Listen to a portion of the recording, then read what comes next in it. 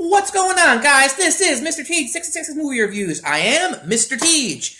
Today is Halloween, and what better time I thought to review the 1978 classic Halloween, directed by John Carpenter and starring Jamie Lee Curtis. The plot, if you've really never heard of this movie before, concerns Michael Myers, a psychopathic killer who, when he was about 10 or 11, kills his sister for seemingly no reason. He's sent to a psychiatric center, and one night escapes and returns to his hometown of Haddonfield, Illinois, to wreak havoc once again. And his psychologist, Dr. Sam Loomis, is in pursuit.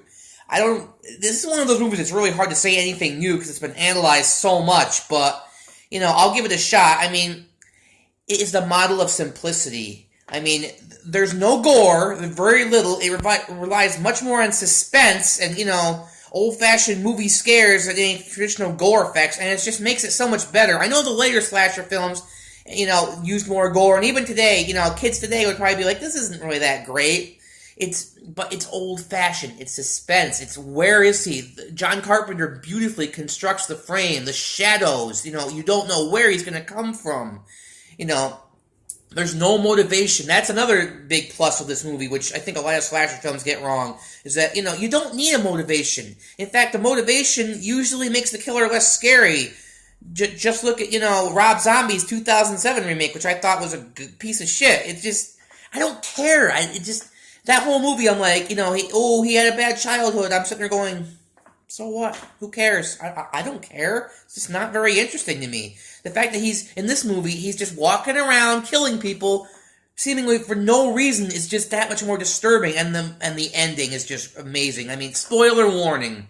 Sam Loomis basically shoots him, and then, you know, he sees his body laid out on the ground, and then in the very next shot, he's gone, and we don't know where he is, and Donald Pleasance's performance is just spot on. The way his bug eyes just look around, like, almost like he knew this was going to happen. Jamie Lee Curtis also does a very good job. She's a very likable actress. You know, she's a normal teenager. She has boy troubles, things like that. And you really care about her. I like her, you know. A lot of these slasher films have just disposable, you know, characters, you know, that I don't give a damn about. Her friends are a little more annoying. I mean, I wouldn't say they're unlikable, but they're not exactly the most sympathetic people in the world, but, you know, it's okay. Really, that's about the only cast members that matter. There's a few other supporting characters which really aren't given much screen time. But yeah, overall, this movie is a classic.